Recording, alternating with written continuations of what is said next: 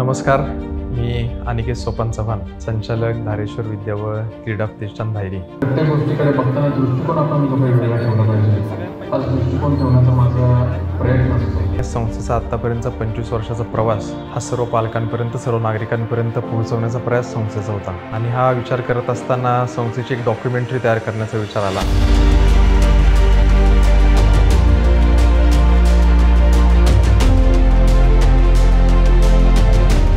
Documentary करण्याच्या उद्देशाने create digital या टीमशी आमची भेट झाली।